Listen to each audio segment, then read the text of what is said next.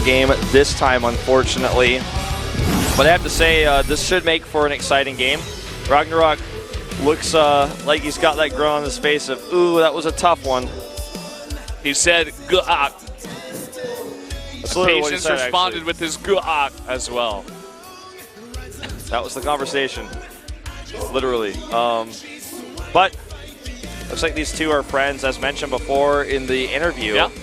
And it's got to be tough, but still, no matter who your opponent is, you have to take them out to advance. One player must go home, but let's go into game number 2 now on Arena.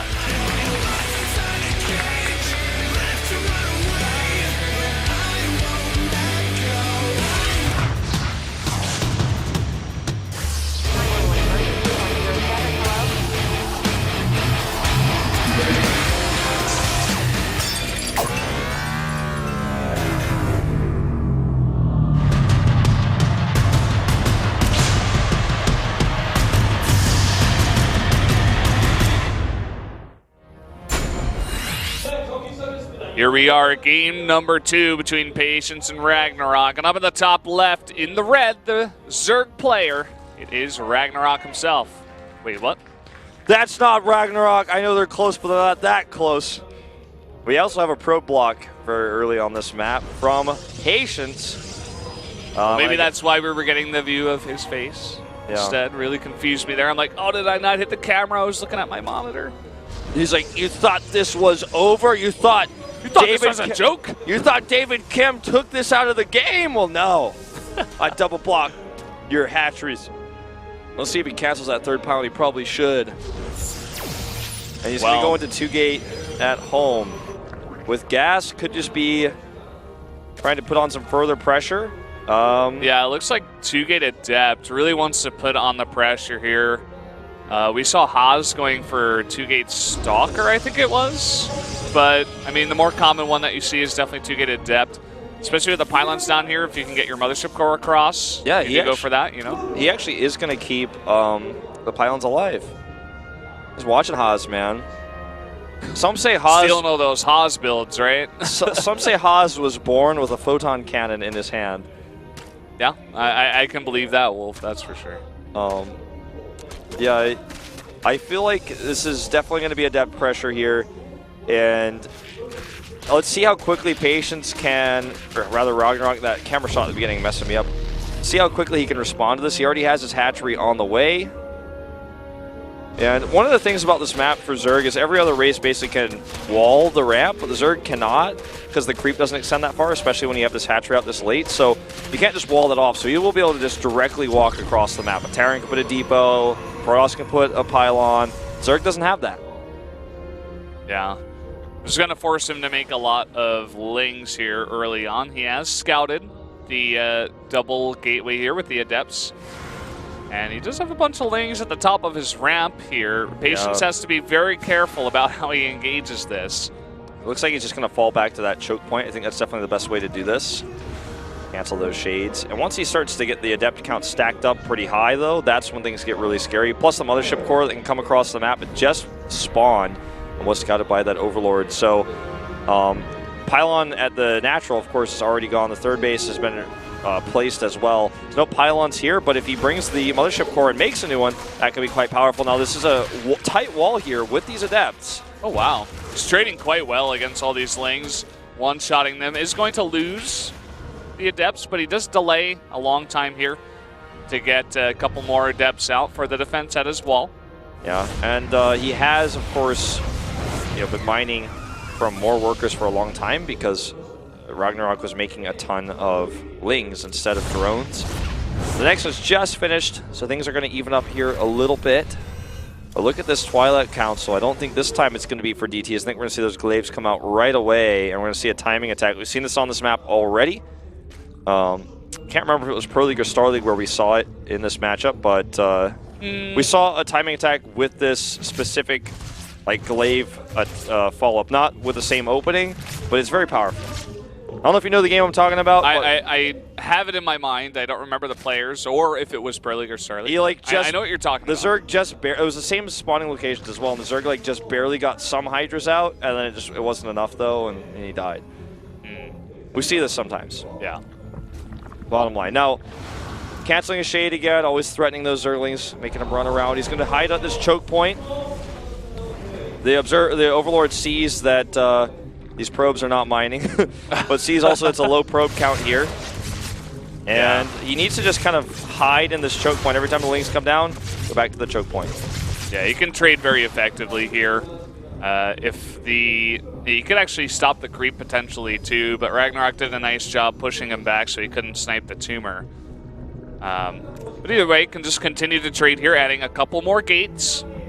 I don't know if this is going to work. There's already a roach worn out. Roaches are on the way. He doesn't have a transition point yet. He's adding those extra gates, but he doesn't have like a pylon set up or a gateway up at the pylon, which is going to be pretty important, obviously. This is very aggressive. I'm not sure about this move. Is he going to be able to burrow in time? I don't think so. I mean, I think that, I mean, he got in the depth for it, I guess. That was questionable. It might have been just better to have that back in a safer location. Is that a forward pylon that's actually being made? I don't think it is. No. Okay, he's transitioning. This has been weird. Like, he added a ton of gateways. He went for the rushed glaives. It's almost like he's faking it, or he's not sure what he wants to do. No, he definitely completed the 2 extra gateways. Yeah. So he's up to 4. But now he's just going into 2 Stargates, as you guys can see. Guess we're just going to see 2 Stargate Phoenix to follow this up, which is common, just not in this way. But weird way of going to the same common end that we see in this matchup. With a +1 coming out here, though. Yeah, we do have spores at 1 base, and it looks like a spore at the front of the natural. I think he's more concerned about DTs than air units, but he's going to have 2 spores regardless, and actually this Overlord is going to see everything. This was never cleaned up. It's been in here since the beginning of time. Yeah.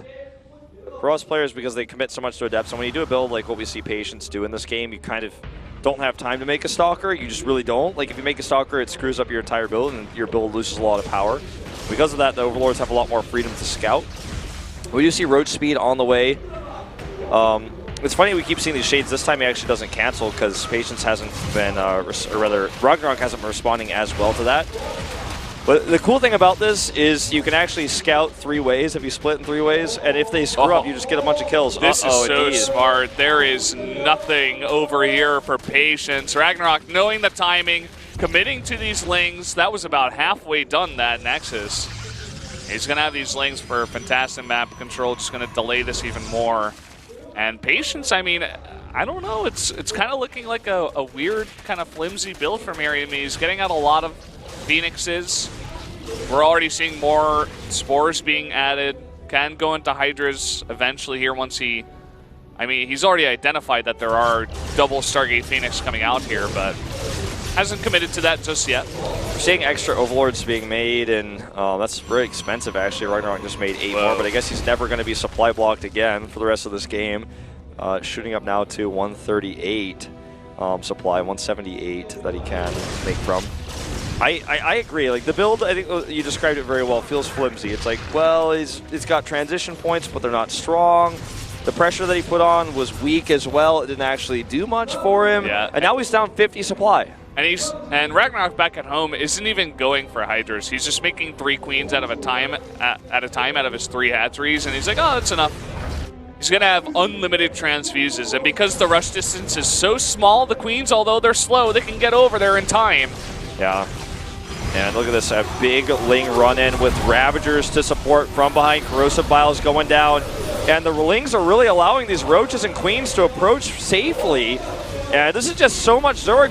He's tripling the army supply of Patience. I think he just dies here. Patience only has Phoenixes right now. He's got 11 Phoenixes in the Mothership Core. I don't know if he's going to have that Mothership Core for much longer if a Corrosive Bile gets casted here in a second. GG. Wow, okay, there you go. What a weird game that was. A failed early aggression, I suppose, into Patience not able to turn on the heat there. Gives the game to RagnaroK. And we are tied up 1-1 again. Pretty funny how these games have gone. The previous game, it was an early attack on a Nexus that wasn't canceled, and he came back and won. In this game, it looked like a solid Adept pressure, but he committed to it for so long. He went into Phoenixes, he had nothing on the ground, and RagnaroK just bopped him. So We are tied up now 1-1 in this best of 5. Anyone's game to take. Yeah, guys, we're going to go to a quick 5-minute break. We'll be right back before game number 3.